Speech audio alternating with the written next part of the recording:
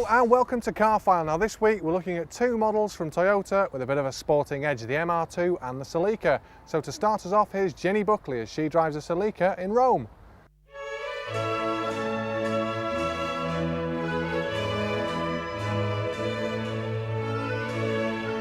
There's an old phrase that goes, all roads lead to Rome, which is perhaps why Toyota have chosen to launch the latest version of the Celica here.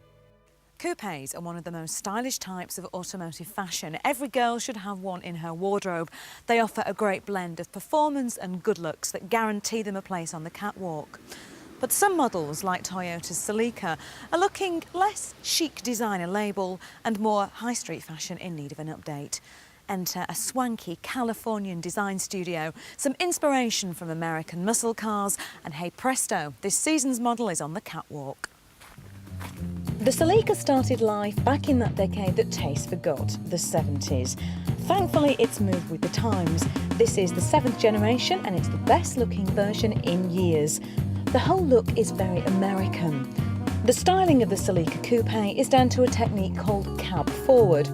Basically, this means that the character of the car takes its inspiration from the open-wheel race cars. The bold lines emphasise performance, the wheelbase is extended, with the overall length to create a wheel at each corner approach, similar to that of a real racer. It's also shorter than the previous models, which helps to enhance the sporting style.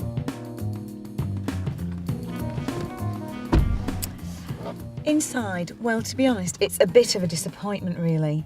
It might be comfortable and it might have the levels of equipment that you expect of a car in this class, but stylish it certainly isn't. It's a kind of hodgepodge of angles and different shapes. There is far too much of John Major's favourite colour and a complete overload of plastic. And although there is enough room for me as the driver and for the front seat passenger, unless you're planning on carrying children in the back seats, you can forget it.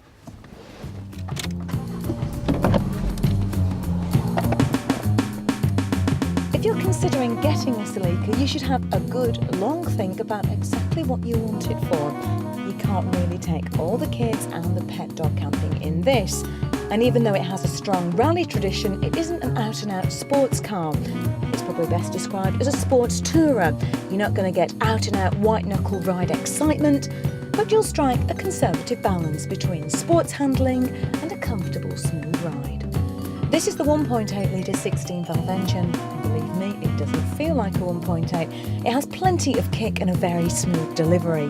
The 140 brake horsepower make this a much quicker car than the old model. You're not going to reach excessive speeds, but the engine really does feel very refined. The handling is agile and responsive, and because of the low stance, you feel extremely involved in the drive. The 6-speed gearbox is very snappy, and this adds to the appeal. This really is a very eager car. It seems to want to show you what it can do. The Celica is fantastic fun on open roads, but it's a bit too enthusiastic if you get stuck in traffic in the city, which happens an awful lot in Rome. Now, the Toyota may not have the flair of the Fiat Coupe or the out-and-out aggression of the Ford Cougar, but instead it offers a good value for money package that combines great looks with performance. And after all, that's just what you want in a coupe. You can get your hands on the 1.8 standard model for an on-the-road price of £19,255. That's cheaper than both the Cougar and the Fiat. The Toyota Celica is a stunning looking vehicle. It's full of distinctive, sharp angles with a very potent chassis. My only criticism is that in terms of performance, it is a slight underachiever. Still, you can take comfort in the fact that it looks the part. And darlings, in the world of fashion, that's what counts. So out on its own, the car certainly performs well, but what about head-to-head against the Peugeot 406? Well, Richard Hammond finds out. The coupe market is flourishing. There's probably never been a wider choice of shapes and styles for buyers to choose from, which makes the pressure on manufacturers all the greater when it comes time to introduce a new model into an increasingly fashion-conscious marketplace. So we've chosen two of the most contrasting coupes available today to take a look at. We have a timeless classic in the elegant and understated shape of the Peugeot 406 Coupe.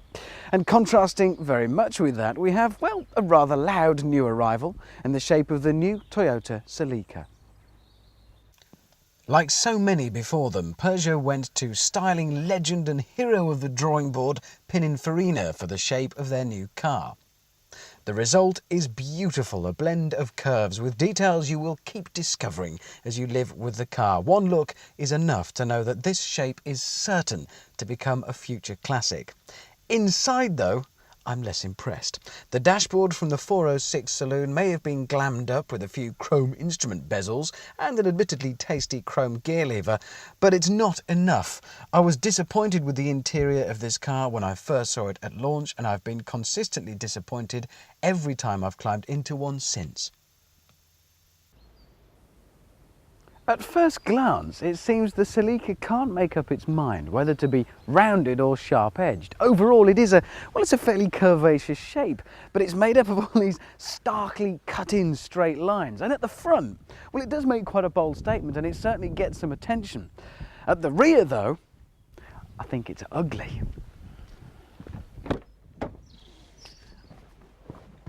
And that attention-grabbing exterior is complemented by an equally striking interior. There's no doubt there's a lot of thought gone into this. Some of it not as successful as others. Looking at the dash itself, it's a bit like sitting here with Darth Vader staring straight back at you. And if you want to frighten the kids in the back, just do that. It isn't unattractive at all. The only problem is terrible quality plastics. Tap it anywhere and it feels very cheap and tacky. These racing seats are very comfortable and they look great, but perhaps rather thin for a longer journey. But the best thing of all about the interior is the driving position. Almost on the floor with your legs straight out in front of you, you feel like you really are about to take off in something a little bit sporty. And on first pulling away, that impression of sportiness is born through that low slung driving position, makes you feel a bit special. But the next thing you notice is the steering. It's very, very light, which is fine, but it's pretty numb. It doesn't seem to tell you much of what's going on. That can't be said about the gearbox though. It's great, very, very slick action, 6 gears as well, which is very handy when you get to motorways. But the next thing you'll notice on motorways is the noise. It's enormous. It does sound as though somebody forgot to put any sound deadening in the rear wheel arches, and you've got this constant thrum and hum from behind your ears, which gets very wearing on a longer journey. The ride's very good though. It's fairly harsh. Don't expect to be as comfortable as in an ordinary saloon car, but then you are in a coupe. It gets a bit crashing over bumps, and perhaps it's a bit much through town, but as soon as you start to press on a country road, you do appreciate that lack of body roll and the control you feel you've got over the car.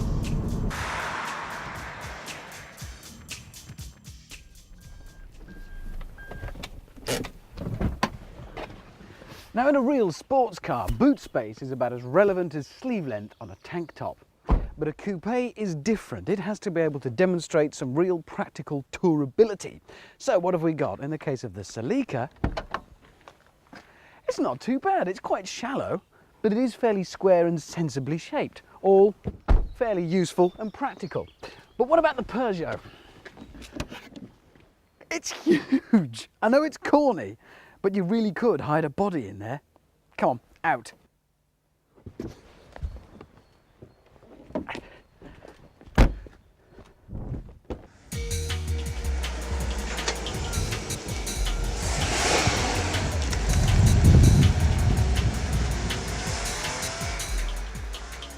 If the Peugeot looks a bit of a smoothie, it drives very much the same way. The ride handling compromise is nigh on perfect, as is the weighting of the steering. It's pretty light, but communicative. You know what's going on. The gear change may be a bit long in the arm, but once you've got used to it, it is slick.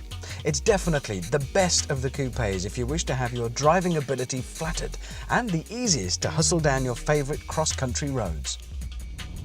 It's also the most serene place to be. This interior may well boast all the stylistic passion of a Formica worktop, but it's very, very good at making you comfortable over a long journey, turning the 406 coupe into very much a long-legged cruiser. This particular one has the 3-litre V6 engine. It's perhaps fairer to compare the 2-litre version, on price anyway, with the Toyota Celica. And in fact, there are those that say they prefer the 2-litre, and that the loss of the smoothness of the V6 is more than compensated for by the loss of weight up front and the subsequent improvement to the handling. Look, if we're going to be realistic, then it makes no difference whatsoever which of these two I decide I like the best, because any car in the coupe class is going to be bought primarily by looks and looks alone, and that's entirely a personal thing. I will tell you that for me, the sight of the Celica at first made me shudder in my boots. I did not like it. Now though, well, I've changed my mind and I do like it, and that's something I would probably whisper in the pub. But if I were to be buying one of these two, then it would probably have to be the better all-rounder, the elegantly styled Peugeot 406 Coupe. For you though, it could be either of them. It could be neither of them. There's no shortage of choice at the moment. You could go for a Fiat Coupe instead, or a Ford Cougar. What about a BMW 3 Series Coupe, or a Volvo C70? Oh, a Mercedes CLK. Well, that's it for part one, but right after the break, we let Ginny loose in the MR2. We'll see you soon.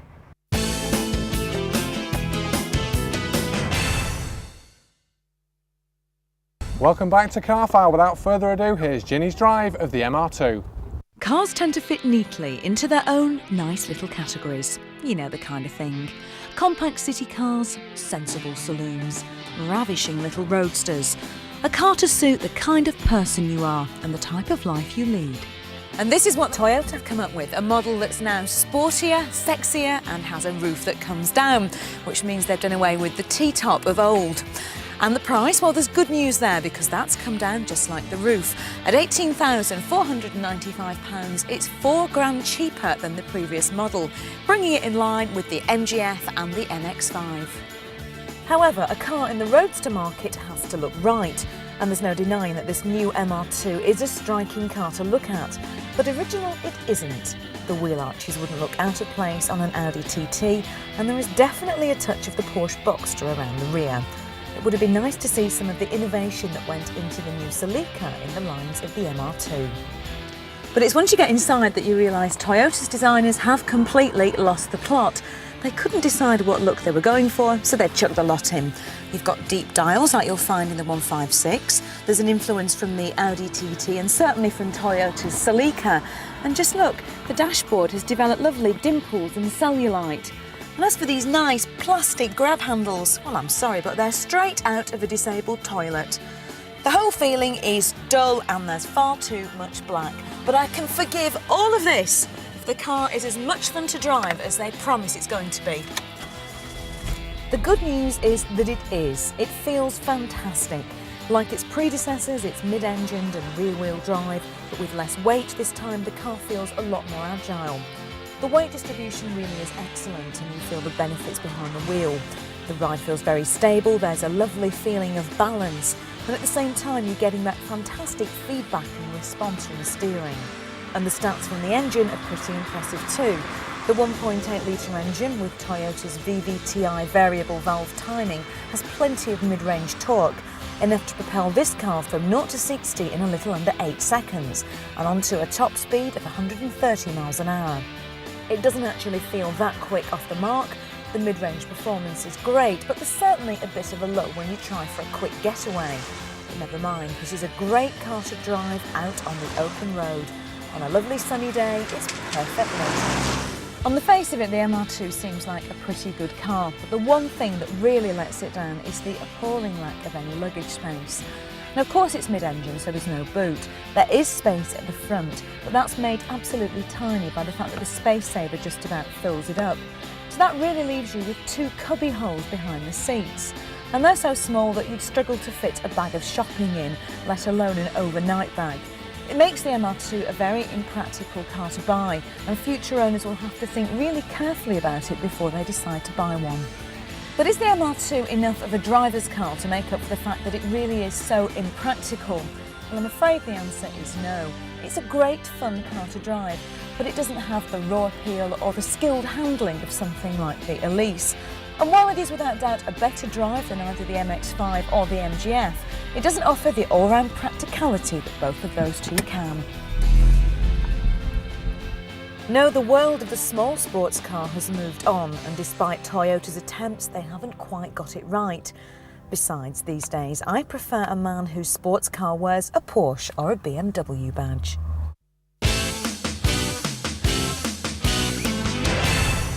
To get the inside story on Toyota's performance range, we caught up with Parry of Toyota GB. Well, this car was basically introduced during 1999, and it's the 7th generation Celica. The first generation Celica began in 1972 as a very small two-door coupe with a sports appeal to it, and Celica has evolved over the years, and this is the current car. The ethos behind the Toyota Celica is that it's very much emphasised on handling and sports appeal, and it appeals to our younger buyers and helps to promote a younger image of Toyota. The importance of having a coupe for Toyota, and I'm sure other manufacturers, is that it helps to promote a younger image of the company and helps people to realise that they can have a very, very good economical car, but it can still be a good vehicle to drive and safe to drive and handle well. Also offering good economy and a very, very good style. The first MR2 came out in the UK in 1983, and it was very much leading edge styling at the time. It offered a two-seater experience for people and a pure roadster type of vehicle. It could also be specified with a T-bar, so you could have a convertible as well. That car spanned all the way through for almost 10 years before the second generation MR2 came in, which was slightly larger. That car again lasted for quite a few years before we went back to the latest car that you've seen today, which was introduced last year and during 2000. And that car goes back to its roots very much so, and offers a real roadster driving experience. MR2 has been known for many years, since the early 80s, and quite often people ask us the question, well, why MR2? What does it mean? And the answer to that is very simply midship roadster. The engine is midship in the car, and it's a two-seater. It's as simple as that. The MR2 is also available with the latest sequential manual transmission, which is a 5-speed gearbox. It's a manual gearbox with an electronic clutch assembly that can be operated via the steering wheel on buttons on the front and back of the wheel, or purely by a very small lever on the gear shift where your normal gear lever would be. It's a 2-pedal system, and it offers a real F1 style type of driving. Well, we couldn't go on this edition of Carfire without letting the ultimate boy racer, Mr. Richard Hammond, get behind the wheel of the 190 brake horsepower Celica. A bloke I heard about every day used to put baseball catcher's mitts on his hands and his feet, and then he'd climb up a giant trouser leg and take ferocious bites out of a huge polystyrene set of ghoulies. Turned out it was in case he was reincarnated as a mole, and he thought it'd be a really good trick to surprise the gardener. Well, if that bloke had been a Toyota Celica, I can tell you right now what he would have been reincarnated as. A Toyota Celica. Because the Japanese manufacturer's fondness for clinging to a name through generation after generation is fast becoming legendary. Think, if you will, of the Toyota Corolla. Yeah, well, not for too long. There's been thousands of them. Now the Celica. Well, if you remember, the previous model was a kind of wobbly, rather melted looking affair, never exactly a pretty car. This new one, with its sharply pressed edges and creases, took over in about the last 12 months or so, and I reckon looks a heck of a lot better. So this isn't an entirely new car. Okay, there is a good reason for us talking about it today though, and we'll get to that in a moment. But first, a quick reminder that this follows the Celica's tradition of being just a bit odd, a bit quirky to look at. As with many Japanese cars, we could spend all day playing Let's Spot the bits of other cars that have made it into this design. But we won't, because it's annoying and boring. The sort of pointy motif on the exterior has been carried on inside as well though. And yeah, quirky again, but it looks good, kind of taut. Looks as though somebody's stretched a ground sheet over all the bits and pieces that make up the dash, the vents and stuff like that. Oh, and there's this. I did this on launch, but I'm going to do it again because I like it. You can frighten the kids. Arrgh. Yeah, well, I'm a bit of a kid myself, I suppose.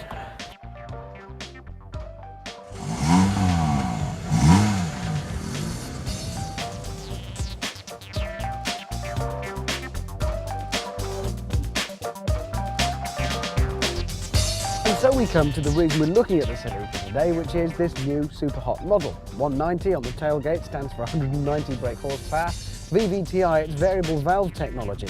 Basically, think of Honda's VTEC system. It means that it changes the cam profile to completely alter the character of the engine in the car. So below about 6,000 revs, it's a nice little shopping car, really. Above 6,000 revs, it goes completely nuts. Permit me to demonstrate.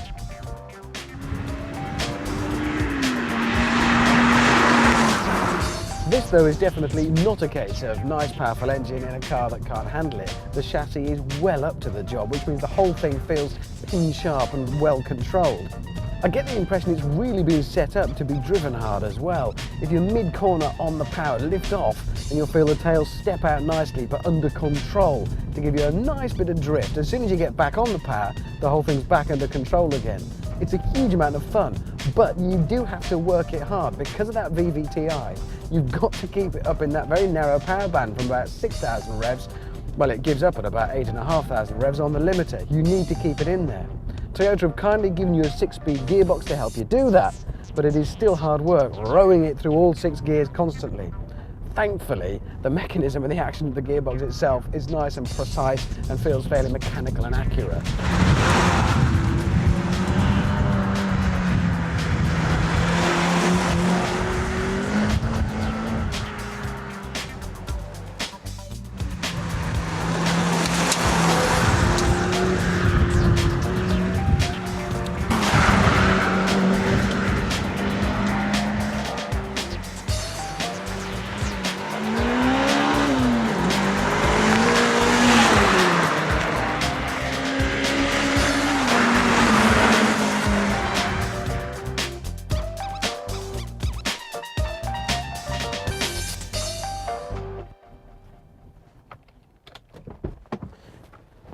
From 0 to 60 takes an enormous 8.7 seconds, and that's largely because of this split personality engine. The first few seconds are spent hanging around waiting for something to happen, and then it all goes crazy. But that's not to give you the full story, because if you can keep it in that narrow power band, and if it suits your style of driving through those 6 gears, it is a very fast car, and it's great for once to meet a coupe, a mainstream coupe, that actually has the go to match its looks. Well, that's it for this week's look at Toyota performance cars, but on next week's car file we'll be looking at the stalwart of the BMW range, the 3 Series. We'll see you then.